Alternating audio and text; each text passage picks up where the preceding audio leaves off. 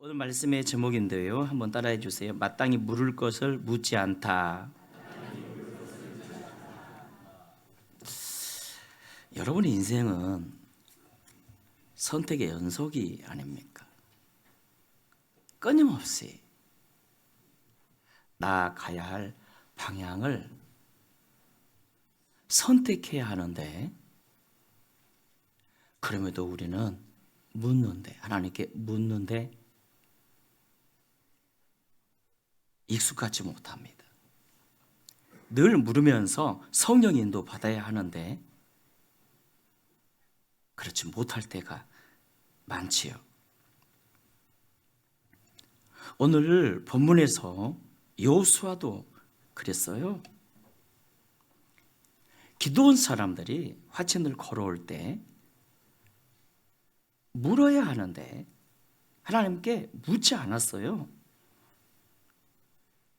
왜냐하면 그들이 속였거든요. 기브온 사람이 아닌 것처럼 멀리서 온 나그네처럼 속였어요. 속이고 화친을 청했습니다. 결국 속아서 하나님께 불순종의 죄를 짓지 않았습니까? 그렇다면 왜 여호수아가 속임을 당한 겁니까? 그가 먼저 하나님께 뜻을 묻고 결정하기보다는 무엇이 우리에게 유익한지 그거부터 생각했거든요. 무엇이 우리에게 유익한지. 우리도 그럴 때 있죠. 이것이 하나님의 뜻인가 보다는 과연 내게 유익이 되는가? 이것부터 생각해요. 얼마나 유익한지. 그래서 누군가 이런 말을 했어요. 참 신앙인은 먼저 묻고 하나님께 묻고 결단하고 행동한다고. 보통의 사람들은 일단 결단부터 하고 행동하고 그리고 하나님이 도와달라고 기도하는데요. 참 신앙인은 먼저 묻고 하나님께 묻고 이것이 하나님의 뜻인지 묻고 결단하고 행동한다는 것입니다.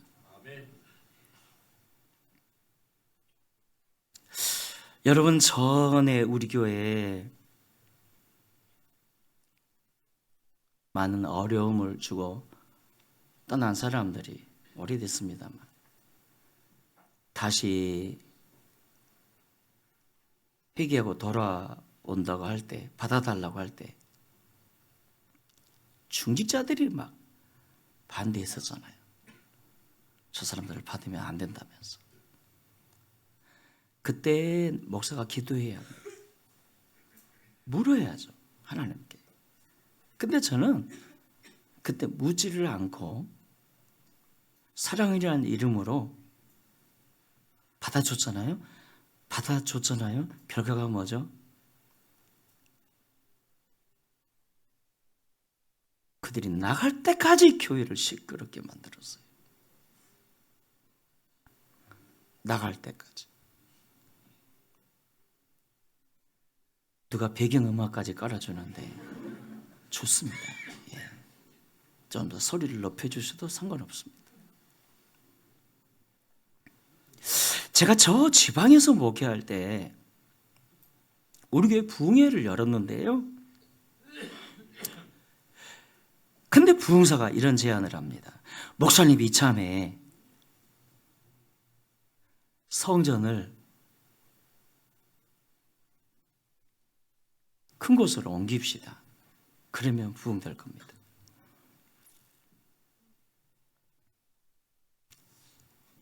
이참에 크게 헌신 한번 합시다. 성도들이 많이 은혜를 받은 것 같은데요. 크게 헌신 한번 하자는 것은 크게 헌금만 한번 하자는 거죠. 사실 그때 우리 교회 교인들이 초신자가 대부분이었기 때문에 신앙이 연약했잖아요. 그랬으면 조심해야 됩니다. 하나님께 먼저 물었어야 돼요. 신중하게. 하나님, 저 부흥 강사가 2차, 저차, 저차 이렇게 제안을 해왔는데 어떻게 할까요? 저는 그 은혜적 분위기에 압도돼요. 묻지도 않고 알아서 하세요, 강사님 했지요. 그랬더니 그분 설교하다 말고 막 성도들 헌금을 작정시키는데 500만 원, 막 1000만 원씩 이렇게 작정을 시키는데 저 방법이었구나. 어떡하지? 교인들이 아직 연약한데 시험에 들면 어떡하지? 하나님이 보실 때는 예배당보다 영혼이잖아요. 교인들은 거의 가다 막 작정을 하고.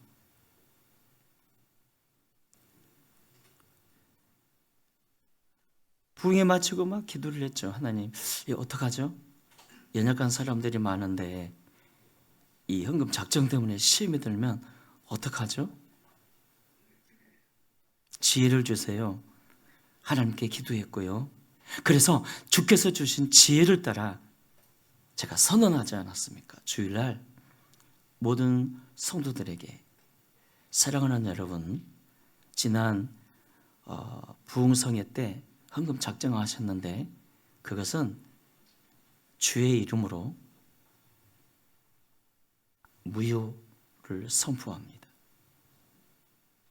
담임 목사 구체적인 허락 없이 일방적으로 부흥 강사가 작정을 시켰으니 무효를 선언합니다. 그때 반발하는 사람도 있었지만 대부분은 자유와 해방적 표현을 했어요. 얼굴에서. 무엇보다 하나님이 기뻐하신 것 같았고요. 저도 마음이 편안하지 않았습니까?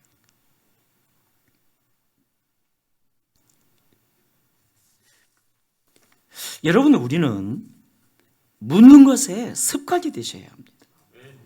왜냐하면 참 신앙인은 먼저 묻고 하나님께 묻고 나서 결단하고 행동하거든요.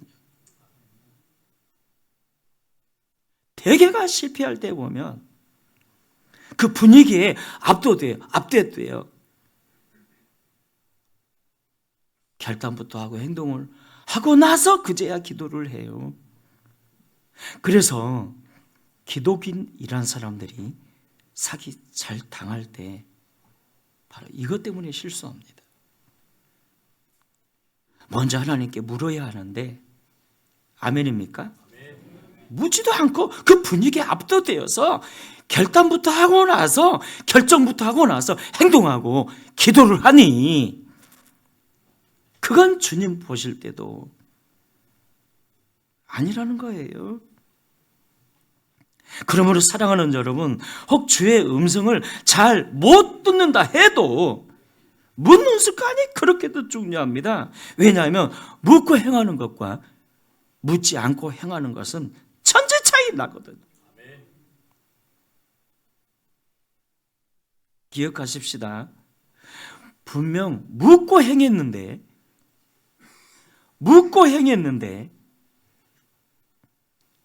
더 공경에 빠졌을 땐 하나님이 책임져 주세요. 묻는 것 자체가 믿음이고요.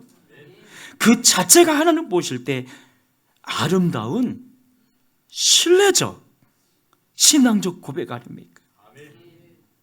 여러분, 성경을 보니까 신앙인임에도 불구하고 하나님께 묻지 않아서 굉장한 곤혹을 치는 몇몇 사람들이 있습니다. 예를 들면 카인 아닙니까? 카인. 그가 그의 동생 아벨과 함께 예배하다가 제사를 지내는데 하나님이 카인과 그의 제사는 받지 않으셨고요, 아벨과 그의 제사만 받으셨어요. 거절감이 느껴진과 동시에 그가 분노에 사로잡힌 겁니다. 사람이 분노에 사로잡히게 되면 사탄에게 틈을 주는 것과 같아요. 그러니까 사탄으로 충만해서 세상에 아우를 돌로 쳐 죽였어요. 만약에 그가 거절당했을 때 그와 그의 예배를 하나님이 거절하실 땐 이유가 있었잖아요. 그를 죽이기 위해 거절한 거 아닙니다. 살리기 위해 거절한 거죠. 만약에 그때 그가, 하나님, 그 사랑이 많으신 주님께서 나의 예배뿐만 아니라 나까지 거절을 하셨는데 이유가 있을 거 아닙니까? 제가 고치겠습니다. 말씀해 주세요. 말씀해 주세요. 물었다면 하나님이 대답해 주셨을 거 아닙니까? 카인, 너는 너무 교만해. 교회는 다닌다고 하면서 너는 세속적 가치관으로 살잖아. 너는 항상 네가 최고라는 우월주의 속에서 살지. 너는 네 잘난 그게 문제야. 근육질이고 막 인물이 좀 잘나다 보니까 자신이 최고인 줄 알아.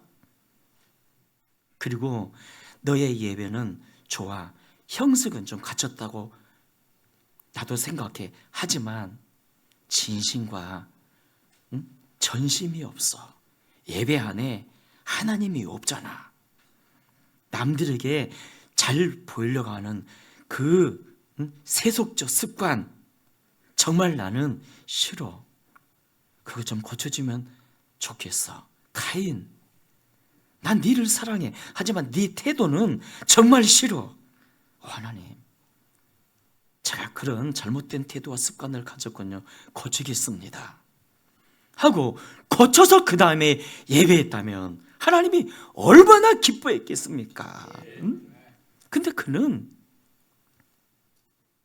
묻지 않았어요. 그냥 거절감을 느끼면서 이럴 수가 있어? 아벨만 사랑하고 나는 거절해? 분노하다 보니까 그 안에 사탄이 틈을 타고, 여러분 사탄이 틈을 타고 들어오면요 막 살인도 해요. 죽이기도 한다고요. 뿐만 아니라 엘리 제사장도 그랬습니다. 그가 블레셋과의 전쟁에서 졌을 때 명색이 대제사장이라면 물었어야죠. 주님, 왜 우리가 진 거죠? 지금껏 이스라엘이 졌을 땐 하나님 앞에서의 이유가 있었을 거 아닙니까? 이 백성들의 문제가 뭐죠? 저의 문제가 뭐죠? 엘리야, 네 놈은 대제사장이면서 나의 성전보다, 나의 제사보다 네 아들을 더 귀하게 생각하는구나. 너는 대제사장이면서 진심이 없어. 전심도 없고. 백성들이 우상을 숭배하고 잘못할 땐 매를 들어야지. 책망을 해야지.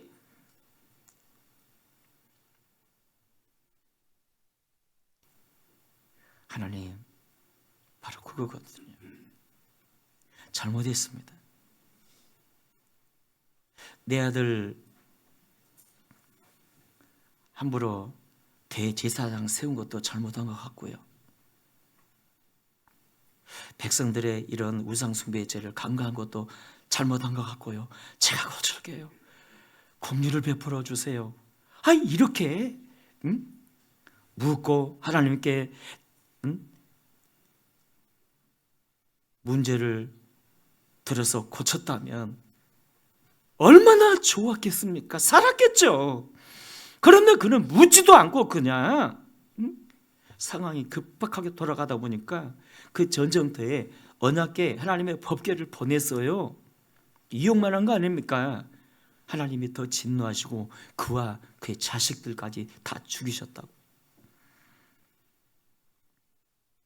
그 능력의 선지자 엘리야도 마찬가지입니다. 왕 이세벨이가 사람을 보내서 그를 죽이려 하고 막 경고했을 때 물었어야죠, 평소처럼. 근데 다급한 상황이 되면 잘 묻지를 않아요. 다급한 상황이 되거나 억울함을 느낀다거나 거절감을 느낀다거나 교만해지면요, 하나님께 묻지를 않아요. 내 뜻대로 막 그 문제 해결하려다가 도리어 문제가 커지고 나중에 어려워지면 막 따지잖아요. 하나님께 대들잖아요. 그래서 우리는요, 묻는 것이 습관이 되셔야 합니다. 따라합시다. 주여, 묻는 것이 습관이 되게 하소서. 다윗처럼, 느헤미야처럼. 여러분, 저는 성경에서 이 느헤미야라는 인물을 참 제일 존경하는 인물로 배우고 싶은데요, 굉장히 그는 치밀하고 계획적이며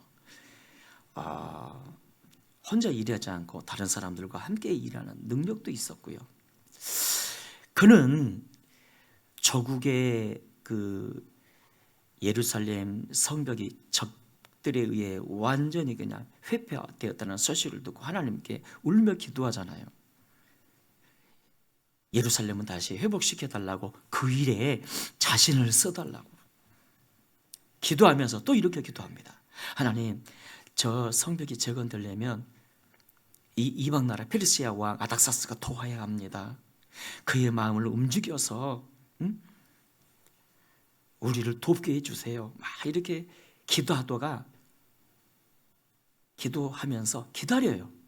왕이 먼저 말을 걸기를 한 2달, 석 달을 기도하며 기다리지 않았습니까? 그런데 어느 날 왕이 드디어 묻네요.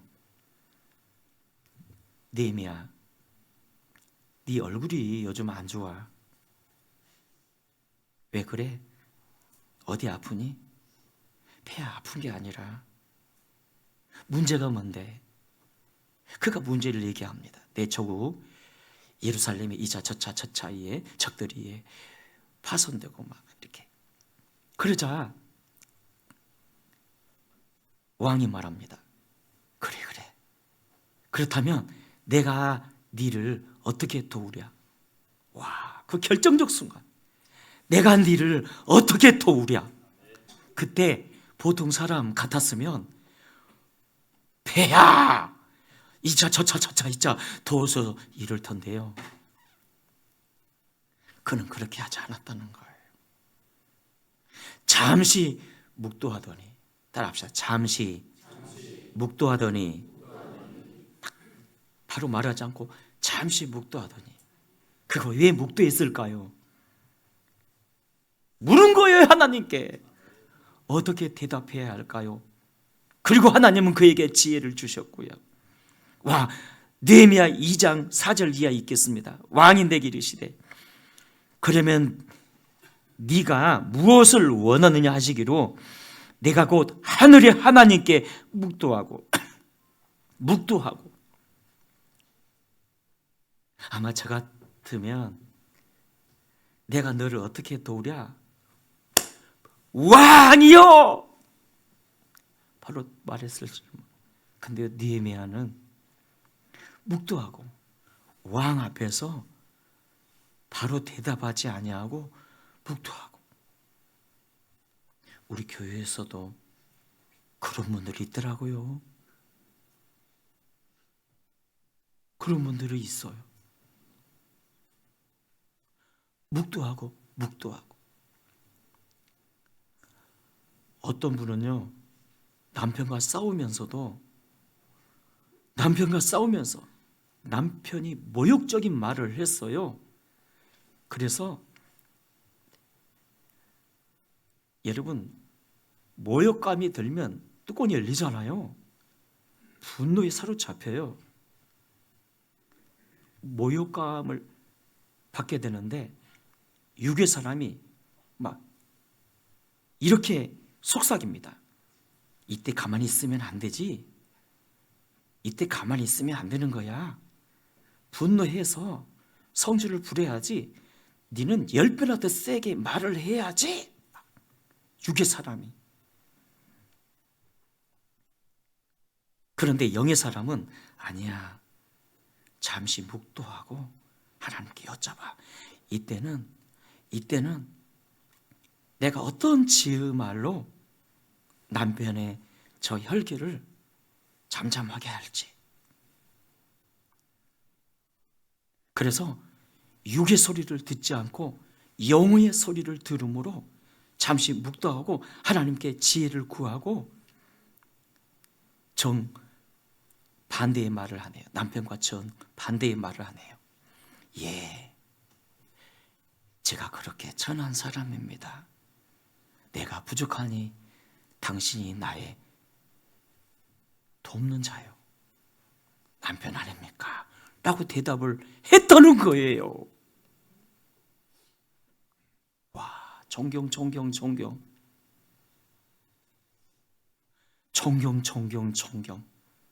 그리고 그 말로 남편의 혈기가 사라지더니 갑자기 눈빛이 이제 모멸감의 눈빛이 아니라 사랑의 눈빛으로 변하다라는 거예요.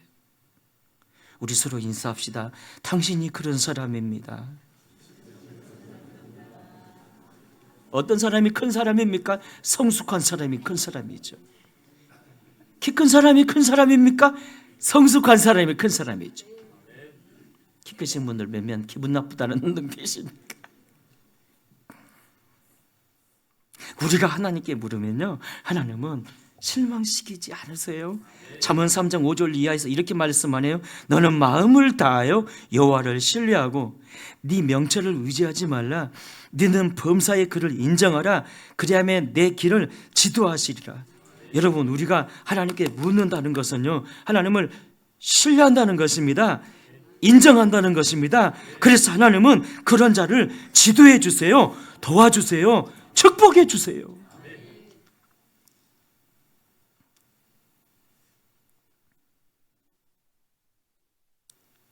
최근에 제가 은퇴 소리를 자주 했더니 어떤 기도 많이 하시는 분이 그러더라고요. 제발 은퇴 소리 좀 하지 마시고 현실에서 최선을 다하세요. 목사님은 총각입니다. 그러더라고요. 아, 제가 그 소리 듣고 깜짝 놀랐어요. 다시는 그 소리 안 해야 되겠죠. 주의 음성으로 딱 들을 수 있어야 합니다. 여러분, 6.25 한국 전쟁 바로 후에 울산에서 그 생선을 팔던 그러니까 생선 가게를 하는 김 집사라는 분이 싫어합니다, 여러분. 이름을 말하지 말라 해서 이렇게 하지 않았지만 이 싫어합니다, 여러분. 이 김 집사님에게 한 가지 간절한 소원이 있었습니다. 그것은 죽기 전에 성전 건축 한번 해서 하나님께 봉헌하는 거 아니었습니까? 그는 새벽마다 울며 10년을 그렇게 기도했더랍니다. 그런데 어느 날 한 할머니가 생선을 싸고 나와서 그 동전꾸러미 있잖아요. 그걸 그냥 툭 던져주고 가버리대요.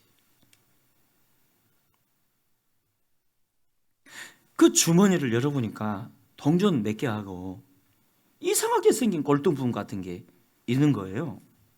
그래서 골동품 가게에 가봤더니 600만 원 주겠으니 팔라고.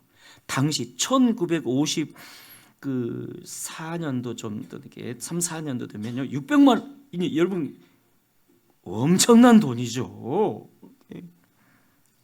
근데 그것으로는 성전 건축할 수는 또 없었잖아요. 그때 시대적으로도 너무 힘들고, 주님 이 돈으로 어떻게 할까요? 며칠을 기도하는데 하룻밤 꿈을 꾸는데요, 그 꿈에 울산 앞바다가 보이면서 앞바다에 자갈밭이 이렇게 보이는 거예요. 자갈밭이, 넓은 자갈밭이. 그리고 바로 그 다음날 복덕방을 하고 있는 자기 지인 한 사람이 갑자기 그를 찾아와서 말을 하는 겁니다. 울산 앞바다 자갈밭이 5,000평이 있는데 그게 싸게 나왔다면서. 한 평에 300원이니까 150만 원이면 그 자갈밭을 다 살 수 있다. 마치 꿈도 꿨고, 그래서 그 자갈밭을 산 거예요. 그리고 한 1년쯤 지났을까요? 회사에서, 그러니까 정주영, 이게 그 조선소 있잖아요.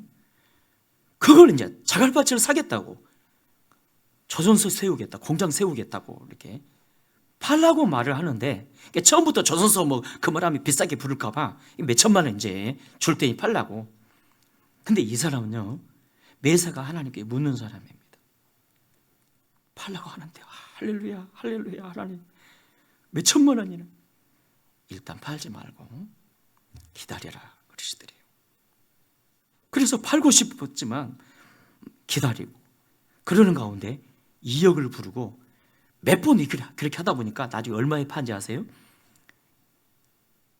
29억에 판 거예요.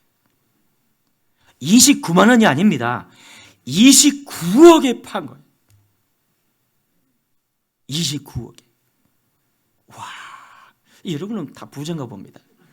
놀라는 분이 한 사람. 예?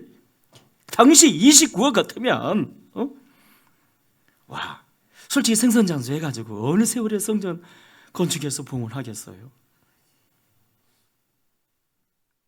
하나님이 그의 생각을, 좋은 생각을 보시고 이렇게 기적을 이렇게 주셨으니 이런 좋은 일들이 여러분에게도 있기를 주의 이름으로 축원합니다. 하나님은 지금도 변치 않고 일하시는 분 아닙니까? 이사야 45장에서 이렇게 말씀하셨네요. 나는 빛도 짓고 어둠도 창조하며 나는 평안도 짓고 환난도 창조하나니 나는 여호와라 이 모든 일을 행하는 자니라 하였노라. 와, 하나님은 지금도 일하시는 분. 그러므로 우리가 기도해야죠. 왜 기도해야 합니까? 하나님이 일해 주시면 쉬우니까요. 이제 말씀을 맺습니다. 사랑하는 여러분, 우리가 하나님께 묻는다는 것은요, 신뢰함 아닙니까? 하나님은 당신을 향하여 신뢰하는 자를 결코 거절하지 않으세요. 또한 하나님께 묻는다는 것은 맡긴다는 뜻이고요. 인생을 하나님께 맡길 때 책임져 주세요. 또한 하나님께 묻는다는 것은 순종입니다. 순종하며 살겠다는데 하나님이 얼마나 기뻐하시겠습니까? 그러므로 언제나 다윗처럼 느헤미야처럼 물으심으로 하나님과 동행하는 저와 여러분 되시기를 주의 이름으로 축원합니다.